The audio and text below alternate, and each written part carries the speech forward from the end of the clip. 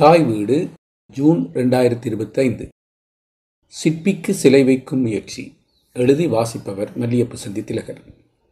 காலனித்துவ ஆட்சி காலத்தில் இலங்கையில் உருவாக்கப்பட்ட பெருந்தோட்டங்களுக்கு தொழிலாளர்கள் அழைத்து வரப்பட்ட முறைகளையும் அதில் பெண் தொழிலாளர்கள் அனுபவித்த இன்னல்களையும் அவர்களுக்கு இழைக்கப்பட்ட மனிதாபிமானமற்ற கொடுமைகளையும் சித்தரிக்கும் வகையில் தமிழ் சிறுகதைகளின் மன்னன் என போற்றப்படும் புதுமைப்பித்தன் எழுதிய துன்பக்கேணி எனும் நீண்ட சிறுகதையே மலையக தொழிலாளர் குறித்தான முதல் சிறுகதை என கருதப்படுகிறது. மலையக வரலாற்றை பொறுத்தவரை ஏறத்தாழ 1920கள் தொடக்கம் 1947 வரையான கால் நூற்றாண்டு காலகட்டத்தை நடேசையர் யுகம் எனலாம். மலையகத்துக்கென தனித்துவமானதோர் இலக்கியத்திற்கு வித்திட்ட பெருமை நடேசையரை சாரும். மலையக தோட்டத் தொழிலாளர் நிலையை விளக்கி நடேசையர் எழுதிய ராமசாமி சேவையின் சரிதம் 1930களில் வெளிவந்துள்ளது.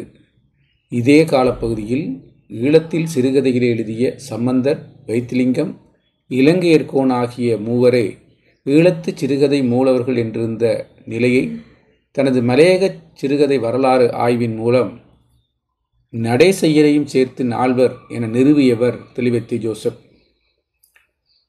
தெளிவெத்தி ஜோசப் மலையக சிறுகதை வரலாற்றில் மிக முக்கிய ஆளுமை. இவர் உலகத் தரமிக்க தமிழ் சிறுகதைகளை எழுதியுள்ளமை மாத்திரமின்றி மலைய சிறுகதை வரலாறு எனும் தொடர் ஆய்வின் மூலம் 1920 முதல் 2000ஆம் ஆண்டு வரையான மலையக சிறுகதைகளையும் சிறுகதையாளர்களையும் ஆய்வுக்குட்படுத்தியவர். இவரது கணிப்பின்படி மலையகத்தில் நவீன சிறுகதை வடிவத்தை முன்வைத்து எழுதியவர் NSM ராமையா. தனக்கு முன்னோடியாக திகழ்ந்தவரும் இவரே என்றும் தெளிவெத்தி ஜோசப் குறிப்பிட்டுள்ளார். NSM ராமையாவின் கதைகளை தொகுத்து ஒரு கூடை கொழுந்து என பதிப்பித்த ஆய்வாளரும் பதிப்பாளருமான நித்யானந்தன் மலையக சிறுகதை இலக்கியத்தின் சிற்பி என NSM ராமையாவுக்கு மகுடம் சூட்டியுள்ளார். பதுளை மாவட்டத்தின் ரொக்கில் எனும் தேயிலை தோட்டத்தில் 1931ஆம் ஆண்டு ஜனவரி 21ஆம் தேதி பிறந்த இவரது முழு பெயர் நாராயணன் சுப்பையா மெய்யப்பன் ராமையா என்பதாகும். பதுளை தர்மதூத்த கல்லூரியில் கல்வி கற்ற இவர் இளவயதில் பொகவந்தலாவையில் தமது சகோதரியின் பராமரிப்பிலும் வாழ்ந்திருக்கிறார். தேயிலை தோட்டத்தில் அதிகாரியாக தொழில் தொடங்கினாலும் தோட்ட முகாமைத்துவத்துடன் ஏற்பட்ட முரண்பாடுகள் காரணமாக அதிலிருந்து வெளியேறி கொழும்பிலே இரும்பு கடையொன்றில் கணக்காளராக தொழில் செய்துள்ளார் NSM ராமையா. இந்த காலகட்டத்தில் இலங்கை ஒலிபரப்பு கூட்டுத்தாபனம் வானொலி நாடக போட்டியொன்றை அறிவிக்க தனது எண்ணத்தில் தோன்றிய கற்பனையை நாடக பிரதியாக்கி அனுப்பியுள்ளார் NSM ராமையா. அது எதிரொலி என பெயரிடப்பட்டு ஒளிபரப்பாகியுள்ளது.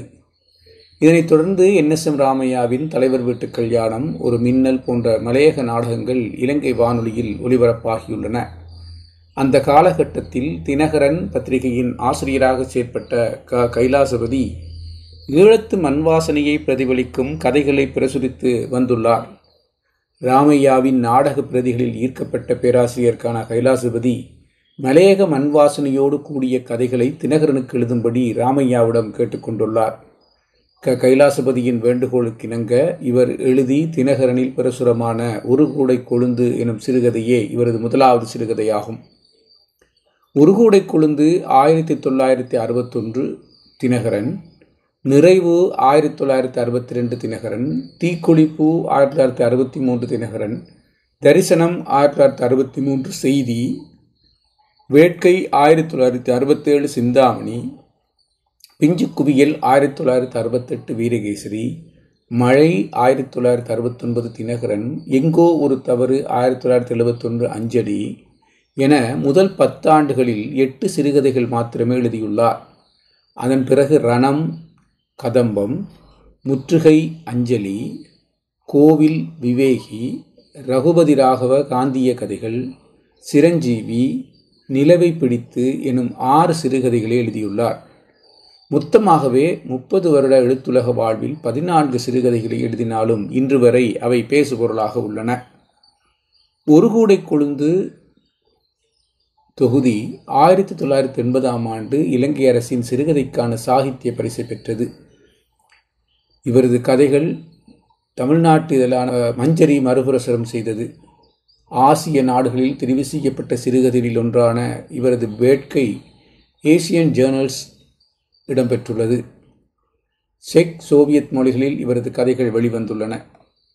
வானொலியில் சானா என்று அழைக்கப்படும் சண்முகநாதன் நாடக தயாரிப்பாளராக பணியாற்றிய காலகட்டத்தில் NSM ராமையா எழுதும் நாடகங்களை கேட்டு சுவைப்பதற்கு ஒரு ரசிகர் கூட்டமே இருந்துள்ளது. எனினும் சிறுகதை துறைக்குள் பிரவேசித்த பிறகு இவருடைய வானொலி தொடர்பு குறைந்துள்ளது. இவரது சிறுகதைகளின் எண்ணிக்கை குறைவாக அமைந்த போதும் அவை ஈழத்து இலக்கிய உலகுக்கு வளம் சேர்ப்பதாகவும் புதிய பரிமாணத்தை அளிப்பதாகவும் அமையலாயிற்று.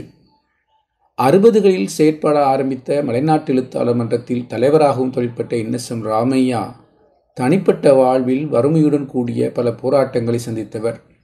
1990ஆம் ஆண்டு இவர் காலமானார். 2010ஆம் ஆண்டு முதல் தெளிவத்தி ஜோசப் அவர்களின் தலைமையில் மீளவும் செயற்படத் தொடங்கிய மலைநாட்டு எழுத்தாளர் மன்றத்தினால் மலையக சிறுகதை போட்டிகள் நடத்தப்பட்டன. அதில் ஒன்றாக NSM ராமையா நினைவு சிறுகதை போட்டியும் அமைந்தது. இந்த போட்டிக்கான பரிசுத் தொகை உள்ளிட்ட பூரண அனுசரணையும் கனடாவை தளமாக கொண்டு இயங்கும் தாய் வீடு இதழ் வழங்கியிருந்ததும் குறிப்பிடத்தக்கது.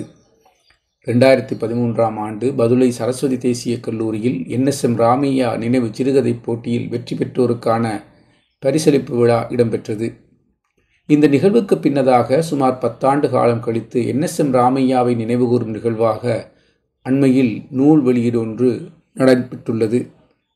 மலையக சிறுகதை சிற்பி எனும் தலைப்பில் NSM ராமையா மலையக சிறுகதைகளுக்கான பங்களிப்பு குறித்து ஆய்வுக்குட்படுத்தி இருக்கும் ஒளிபரப்பாளர் நாகபூஷணி கருப்பையாவின் ஆய்வு கட்டுரை தொகுப்பே இந்த நூலாகும். தனது பல்கலைக்கழக பட்டப்படிப்பின் பகுதி தேவை கருதி பல வருடங்களுக்கு முன்னர் நாகபூஷணி கருப்பையா எழுதிய ஆய்வு கட்டுரையை பாக்கியா பதிப்பகம் நூலாக தொகுத்து பதிப்பித்துள்ளது. இந்நூலின் வெளியீட்டு விழா கடந்த 2025 ஏப்ரல் 26ஆம் தேதி கொழும்பு தபால் திணைக்கள தலைமையக கேட்போர் கூட மண்டபத்தில் இடம்பெற்றது. NSM ராமையா குறித்து ஆய்வு செய்வதற்கு முனைந்த நாகபூஷணி கருப்பையா உலகச் சிறுகதை உருவாக்கம், தமிழில் சிறுகதை, ஈழத்துச் சிறுகதை, மலையக சிறுகதை என ஒரு வரலாற்று பின்புலத்துடன் NSM ராமையாவை மலையக சிறுகதை சிற்பியாக இந்த நூலில் ஆவணப்படுத்துவது சிறப்பு. நாகபூஷணி ஒரு வானொலி கலைஞர் என்ற வகையில் NSM ராமையாவின் வானொலி நாடகத்துறைக்கான பங்களிப்புடன் இணைந்ததாக இந்த வெளியீட்டு விழா அமையப்பெற்றது. விழாவில் சிறப்புரை வழங்கிய பிரபல அறிவிப்பாளரும் வானொலி நாடக கலைஞருமான BH அப்துல் ஹமீத் உரையாற்றுகையில், வானொலி கலைஞர்கள் துர்பாக்கியசாலிகள். அவர்களது படைப்புகள் எல்லாம் காற்றோடு கரைந்துவிடும். அவர்களுள் சிலரே தமது படைப்புகளை அச்சு வாகனமேற்றியுள்ளனர்.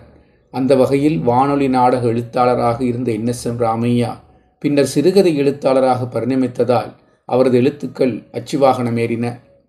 அதேபோல அவரது கதைகளை ஆய்வு செய்து எழுதி இன்று நூலாக்கி வானொலி கலைஞரான நாகபூஷணி கருப்பையாவும் தனது படைப்பினை அச்சுவாகனமேற்றியுள்ளார். எங்களது இளமை காலத்தில் நண்பர்கள் வட்டத்திலேயே ஜெயகாந்தனின் கதைகளை யார் முதலில் வாசிப்பது என போட்டியே நடக்கும். அந்தளவுக்கு ஜெயகாந்தனின் எழுத்துக்கள் எம்மை வசீகத்திருந்த காலம் அது. அவரது எழுத்துக்களின் ஊடாக எங்களுக்கு தெரியாத மக்களின் வாழ்வை தனது எழுத்துக்களின் ஊடாக தரிசிக்கச் செய்தவர் ஜெயகாந்தன். அத்தகையதொரு காலகட்டத்தில் எனது நண்பர் ஒருவர் இந்த கதையை வாசித்து பாருங்கள் என தினகரன் பத்திரிகை தாள் ஒன்றை தந்தார். அந்த கதையை வாசித்த போது நமது இலங்கை நாட்டிலேயே நாம் பார்த்திராத தெரிந்திராத மலையக மக்களின் வாழ்க்கையை தனது எழுத்துக்களால் தீட்டி எம்மை தரிசிக்கச் செய்திருந்த ஓர் எழுத்தாளர் அவர்தான் NSM ராமையா என NSM ராமையாவின் வாழ்க்கை வரலாறு முதல் படைப்பாற்றல் வரையான பல்வேறு தகவல்களையும் BH அப்துல் ஹமீத் தனது உரையிலே நினைவு கூர்ந்தார். நூல் ஆய்வுரையை வழங்கிய கல்வி அமைச்சின் பிரதி கல்வி பணிப்பாளர் சேதுரட்னம், ஆய்வு கட்டுரைக்கென ஒரு கட்டமைப்பு உண்டு.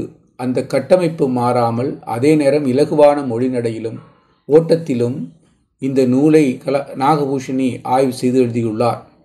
உலகில் சிறுகதையின் தோற்றம், அதனை அடுத்து தமிழில் சிறுகதைகளின் தோற்றம், அதன் நீட்சியாக ஈழத்து சிறுகதைகளின் வளர்ச்சி, அதில் மலையக சிறுகதைகளின் வகிவாகம், மலையக சிறுகதை வரலாற்றில் NSM ராமையாவின் பங்களிப்பு என ஒரு தேர்ந்த தெளிவான பார்வையை இந்த சிறிய நூலில் தந்துள்ளதுடன் தொழிலாளர் பிரச்சினைகள், பெண்களின் பிரச்சினைகள், சாதி பிரச்சினை, கல்வி பிரச்சினை என மலையக சமூகத்தில் நிலவக்கூடிய பிரச்சினைகளை NSM ராமையா எவ்வாறு தனது கதைகளில் வெளிப்படுத்தியுள்ளார் என்பதையும் நாகபூஷன் சுருக்கமாகவும் தெளிவாகவும் முன்வைத்துள்ளார். ஆய்வு செய்யப்பட்ட காலத்தில் மலையக கல்வி நிலை எவ்வாறு இருந்ததோ அந்நிலையே ஆய்வு விவரிக்கிறது. ஆனால் இன்றைய நிலையில் மாற்றங்கள் பல மலையக கல்வி பரப்பிலே நிகழ்ந்து வருகின்றன. ஆய்வாளருக்குரிய நடுநிலைத்தன்மையுடன் அன்றைய நிலை அவ்வாறு காட்டப்பட்டுள்ளதுடன் NSM ராமையாவின் சில நிலைப்பாடுகளை விமர்சித்தும் ஆய்வாளர் நாகபூஷன் எழுதியிருப்பது சிறப்பெனவும் தெரிவித்தார். சிறுகதை எழுதுவதற்கு முன்பதாக வானொலி நாடக பிரதிகளை எழுதிய NSM ராமையாவின் கதைகள் குறித்து வானொலி கலைஞர் நாகபூஷன் எழுத பிரபல வானொலி நாடக கலைஞரும் அறிவிப்பாளருமான BH அப்துல் ஹமீத் உள்ளிட்ட ஏராளமான வானொலி கலைஞர்கள் முன்னே இந்த நூல் வெளிவருவது மகிழ்ச்சியை தருகின்றது என தனது வெளியீட்டுரையில் தெரிவித்த நூலின் பதிப்பாளர் மல்லியப்ப சித்தந்த திலகர், மலையக சிறுகதை சிற்பிக்கு அச்சுப்பதிப்பாக ஒரு சிலை வைக்கும் முயற்சியே இந்த நூலாக்கமாகும் எனவும் தெரிவித்தார். தனது ஒரே ஒரு சிறுகதை தொகுப்பினால் மாத்திரம் அறியப்படும் மலையக சிறுகதை சிற்பி NSM ராமையாவின் குறுநாவல் முயற்சிகள், கட்டுரைகள் தொடர்பாகவும் அவரது தனிப்பட்ட வாழ்க்கை வரலாற்றையும் கூட பதிவு செய்து இந்த நூலுக்கான அணிந்துரையை பேராதனை பல்கலைக்கழக ஓய்வுநிலை பேராசிரியர் துரை மனோகரன் எழுதியுள்ளார். அத்துடன் NSM ராமையா மறைவினையொட்டி கவிஞர் தமிழோவின் எழுதிய கவிதை, NSM ராமையாவின் படைப்புகள் குறித்த மு. நித்யானந்தன், தெளிவத்தி ஜோசப், ஆந்தனி ஜீவா ஆகியோர் எழுதியுள்ள பதிவுகள் ஆகியவற்றை தாங்கி வந்துள்ள இந்த நூலின் ஊடாக தமிழ் இலக்கிய பரப்பில் மீண்டும் நினைவு கூறப்பட்டுள்ளார் NSM ராமையா. நன்றி.